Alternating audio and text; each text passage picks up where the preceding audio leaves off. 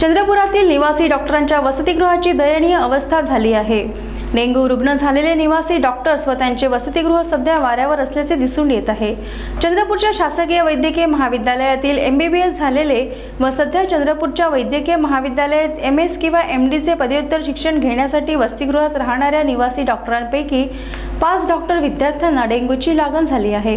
यापैकी एका विद्यार्थ्याची प्रकृती चिंताजनक आहे। मात्र ज्या वसतिगृहामध्ये विद्यार्थी राहतात त्या वसतिगृहाची अजूनही अधिष्ठाता कार्यालयातील किंवा जिल्हा प्रशासनातील कोणत्याही जबाबदार अधिकाऱ्याने साधी पाहणी देखील केलेली नाही। खासगी रुग्णालयात उपचार घेत असलेल्या आजारी निवासी डॉक्टर्सची भेट घेण्याचे औचित्य सुद्धा कोणी दाखविलेले नाही।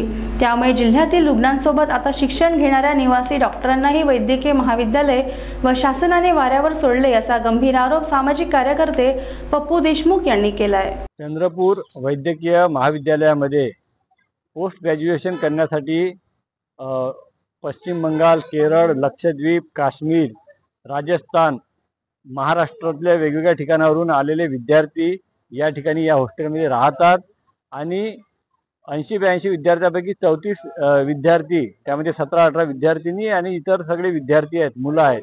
हे सगळे MBBS, MS, MD करणारे विद्यार्थी या ठिकाणी राहतात। यांची चांगली मदत इच्छा पेशंटची काळजी घेताना रुग्णसेवेसाठी होते, पण या विद्यार्थ्यांच्या पैकी 5 विद्यार्थी या ठिकाणी डेंग्यूने ग्रस्त झालेले आहे।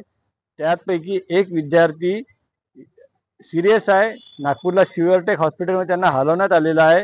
आज आम्ही या सर्व हॉस्टेलची इमारतीची विद्यार्थ्यांच्या पाहणी केली। अतिशय धक्कादायक गोष्टी या ठिकाणी आढळलेल्या आहेत। आम्ही एक पत्रकार परिषद घेऊन याचा खुलासा करणार आहोत।